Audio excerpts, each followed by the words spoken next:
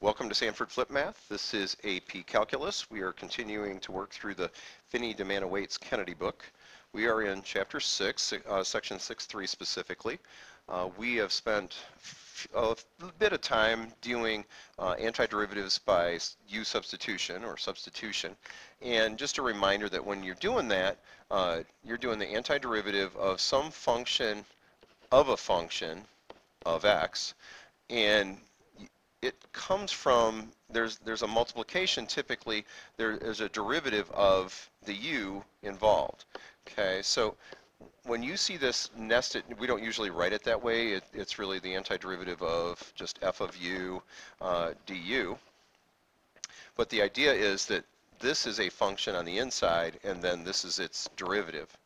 Well, what happens if you have some function times another function and that you're trying to do antiderivative of, and this isn't the derivative of that, or this isn't the derivative of that? What do?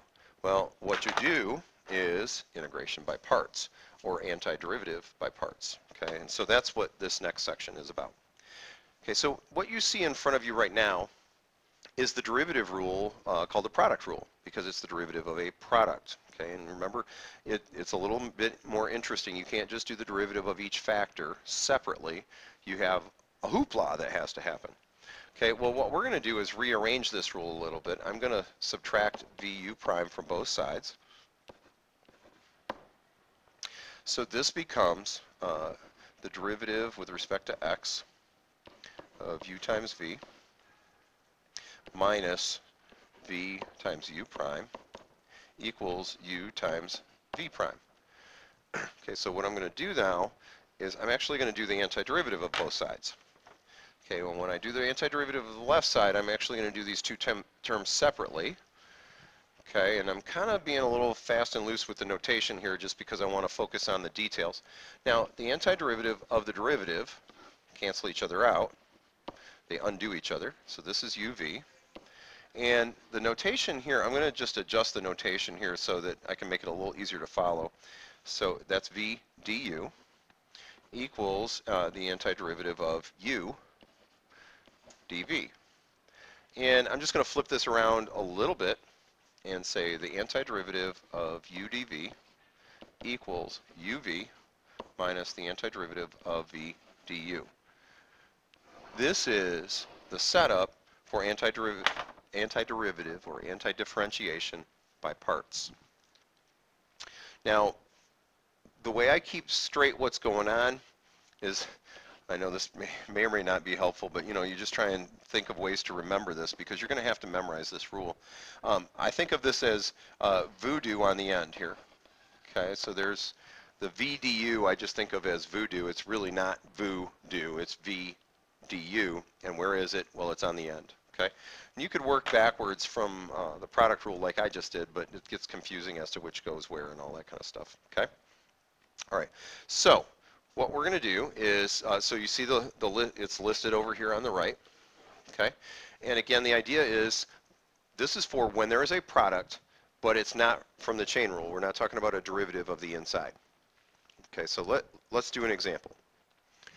Okay, so we're going to do integration by parts on this particular example. And now again, the idea here is that I see a little function here, x.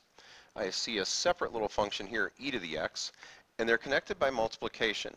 Now, the derivative of e to the x is not x, and the derivative of just x is not x. So these are not, and obviously the derivative of x is not e to the x. So these are not derivatives of each other, and they're not derivatives from the inside of one of them or anything like that. So this is a potential situation for integration by parts. Okay, so what we're going to do is assign some values here, and this part, now remember what we're going to do is follow this rule, okay, and we have to kind of assign chunks, okay. So the dv part is going to be this part, and the u part is going to be this. Okay, so now I'm going to make some notes off to the side. Okay, so u is x. So du dx is 1, so du is 1 dx. So that was all about u. Okay, so what you end up actually working with is the derivative of u. This is dv. So dv is e to the x dx. Now what we're actually going to do is antiderivative of this to try and get v, because in this formula I need v, and this is derivative of v. So I'm going to do antiderivative. Well, the antiderivative of dv is v. The antiderivative of e to the x dx is e to the x. Now technically there's a plus c involved, and we're not going to worry about that right now. We'll just deal with that when we get done with the antiderivative over here. Okay? Alright, so I finished that whole thing in blue, and it really should have been red. Okay? Alright, so what we're going to do now is follow the rule. Okay, it says that we're going to do u times v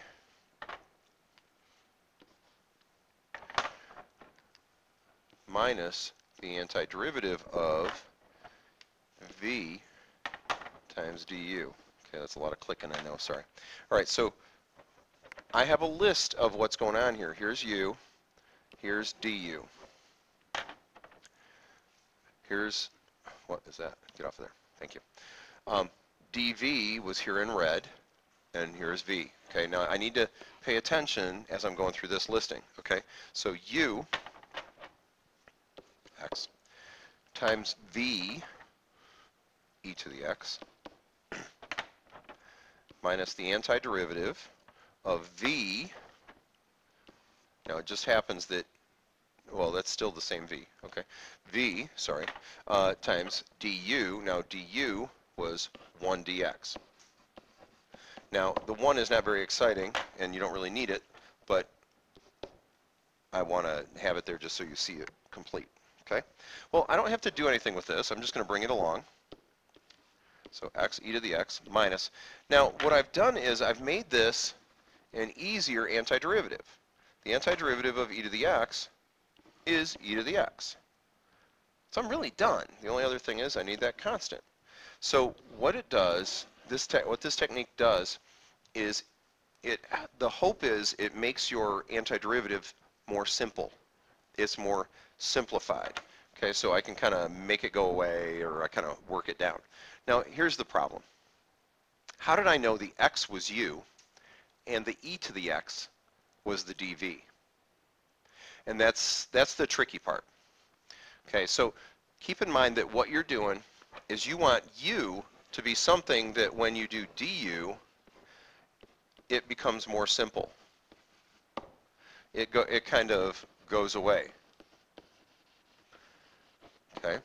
Whereas the part that's dv, you're going to do antiderivative. You don't want it to be much more complicated. Now, I'm going to give you a little mnemonic to kind of help you focus on what to pick. Okay, so here we go. We're going to focus on choosing u, and the idea is that whatever isn't u, the other factor, is going to be the v, or the dv, excuse me. Okay, and they are in order, and they are how you're going to pick them. So if there is a function that's a log or an ln, if you get a function, you know, so you like, let's say you're doing ln x times cosine of x dx. Okay, well, there's an ln in here. Okay, if you see an ln in there, a natural log in there, then you're going to have that be u.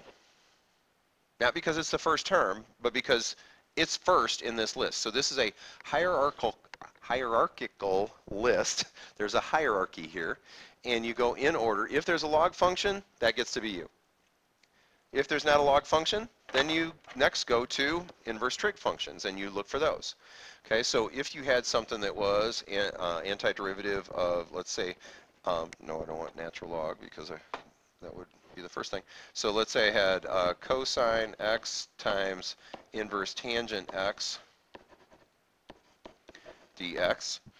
Okay, so I'm browsing through my list, and there are no log functions, but there is an inverse trig function. Okay, so this thing would be u. And then dv would be that. Okay, so the dx goes with whatever the dv is. If there is a polynomial function in there, so there's no log, there's no inverse trig, but there is a polynomial, so it might be x squared, it could be 3x minus 1, it could be 5x squared plus 2x minus 6. Okay, so if there's something like that, and no log, no inverse trig, but polynomial, then go with that. Okay, as you keep going, then, so if there's no log, no inverse, no polynomial, but there's an exponential, then go with that. So it might be e to the x, it could be 5 to the x, it could be 7 times 2 to the 3x. Okay, that's all exponential. And then lastly is trig. So if there are none of these other functions in here, but there is a trig, then that's the one you use. Okay, so the mnemonic for this is lipit. I know that seems kind of goofy, but this is the way that most people try and remember. And again, this is to choose the u. This is the part that you're going to do du of. Okay? So, sorry, not the c. Lipit. Lipit good. I know that had to happen, didn't it? All right, so shall we do an example? Okay, so note, we have some notes off to the side just to kind of help you remember. Okay. Okay, so here's a fairly straightforward example. Okay. Now what we're going to do is, now first of all, this doesn't look like a function inside of a function. I don't see t squared inside there. Okay, quick little note to self. If this would have been ln of t squared with a t on the outside, then I would be doing u substitution, and u is t squared, du dt would be 2t, and I would keep going, okay? Because this has a function inside a function, and the derivative of that function is present. Now, most of it is, not the 2, but remember a numerical factor is something we can always just put in, okay? All right, so back to this. We're doing this by parts because I see two factors. I see things connected by multiplication, and we're not talking about function inside of a function. Okay, so I'm going to go through my list. Do I see any log functions in there? I'm starting at the top of the list. Yep, I sure do. And this is how I pick u. Okay, so this is u automatically. So that means that the rest of this has to be the dv. Okay, I'm not going to keep switching markers, but you get the idea. Okay? All right, so now what we're going to do is off to the side, I need u, and I'm just going to make a little table here. Okay, so u is natural log of t. Du dt will be 1 over t. So du itself will be 1 over t dt. dv equals t squared dt. The rest of it. Okay, so I'm going to do the integral of dv, and that's v. Okay, so I'll go ahead and show that like this. Okay, so I'm going to do the integral, the antiderivative of each. Okay, so the antiderivative of dv is v. The antiderivative of t squared will be t cubed over 3. And again, there would be technically a plus c there, but again, we'll take care of that when we do the rest of the antiderivative. Okay, so I'm going to use this information now as I follow this rule. Okay, so here we go. uv. So u times v. So v, not dv, v. Minus voodoo. Minus the antiderivative of v times du. Well, du, we said, was 1 over t dt.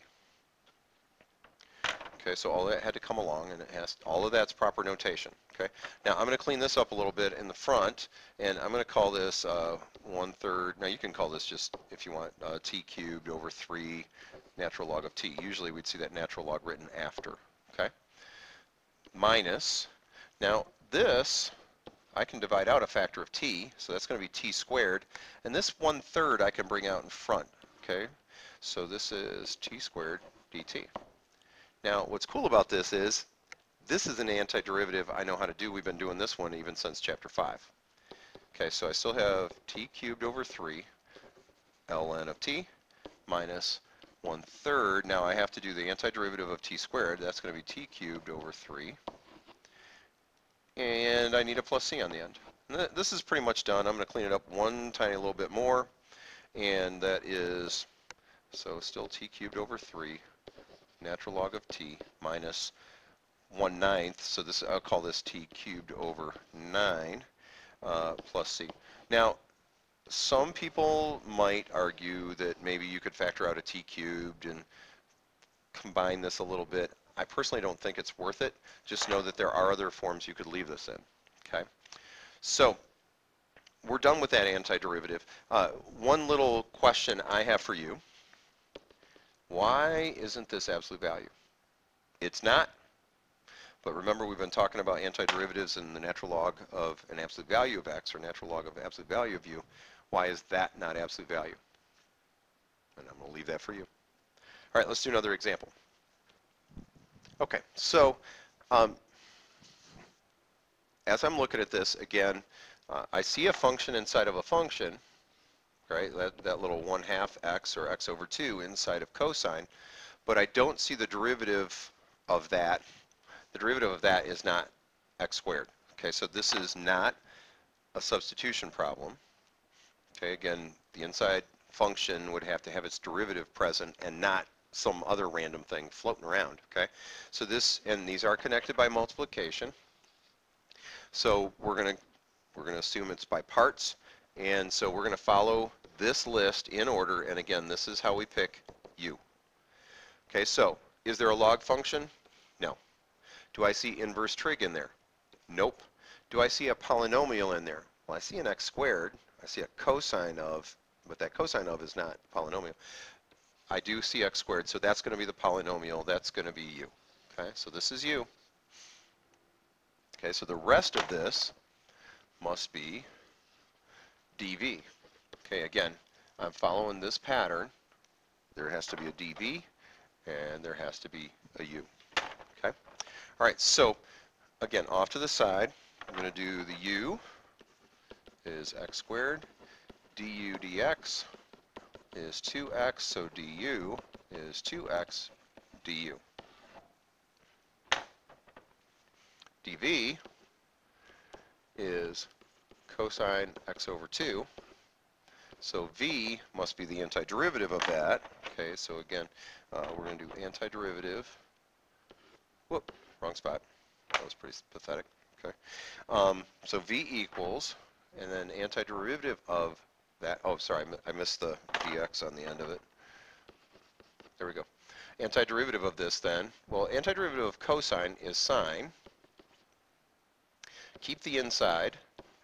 Now, keep in mind that there should have been a 1/2 involved, because the derivative of x over 2 would have a 1/2, and something canceled out. I'm willing to bet money it was a 2. Okay, so let's just take a second and make sure this works. Okay, so if I do the derivative with respect to x of this, so that's going to be 2 times cosine x over 2 times the derivative of the inside is 1/2. Those cancel out. That gets me back to this. Sweet, that's what I needed. Okay, so worth doing that tiny little check every now and then to make sure that you did the right thing. Okay, all right, so let's follow our rule. Okay, so so all of this will be equal to u times v. Well, u times v minus, okay, so I think I'm going to run into some space issues here, but we'll see. The antiderivative of v du. Well, v, 2 sine x over 2 times du. Well, du is 2x, sorry, that was dx. No, somebody saw that, and I appreciate you yelling that out. Okay, so du is 2x dx. Okay, let's do just a little bit of rewriting here. So I have 2x squared sine of x over 2. That part is done. Okay, Now, minus, I have a 2 and another 2, so I'm going to write the 4 on the outside. And then I have x sine x over 2 dx.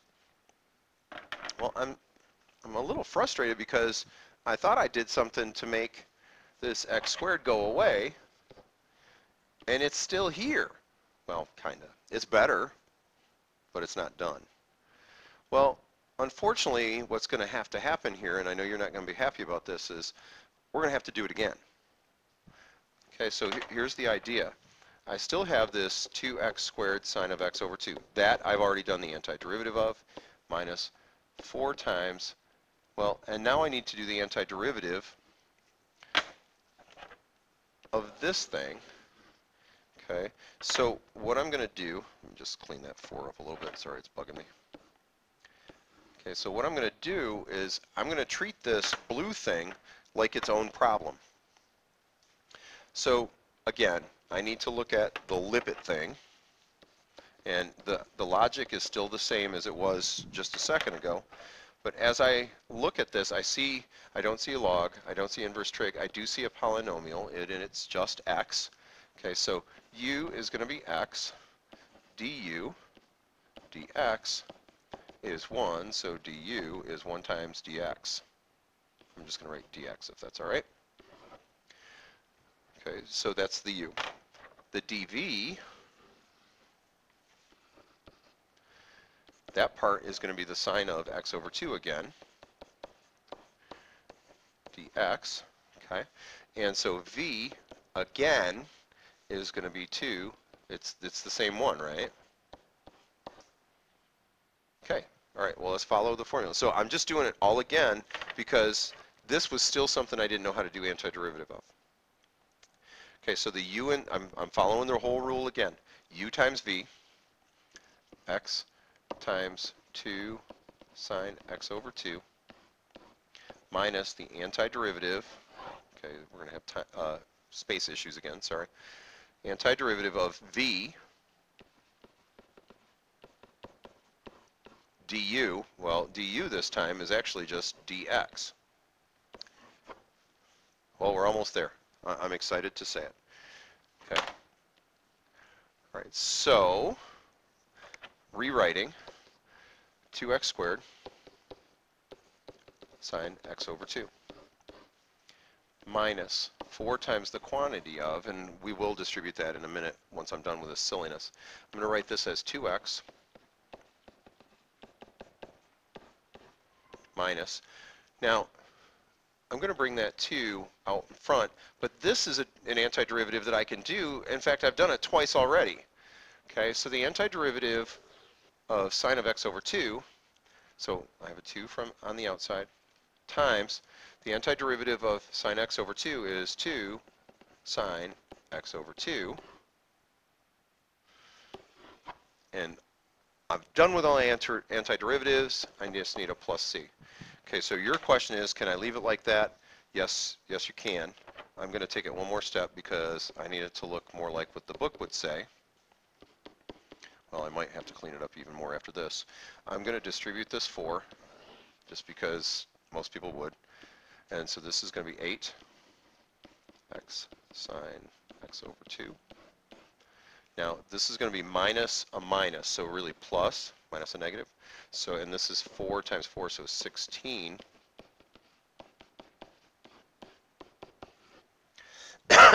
Excuse me. All right, sorry I'm going so long, but this one problem just happens to be a long problem.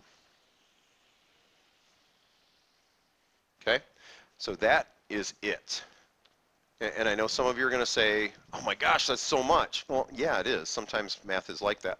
And just be patient with yourself, putz along, take your time. Okay, and my recommendation is at some point between now and you know, the next time we see each other, watch the video again, and again, go back to the beginning of an example and be careful and do it yourself, and then kind of watch me go through it. And I know you needed to see me do these a few times first, but I would go back and redo. All right, sorry it was so long. It's just that last problem is a big one, and I needed you to see an easy one, and then a medium one, and then a yuck. Okay, we'll do more later. Thanks, SanfordFlipMath. We are done.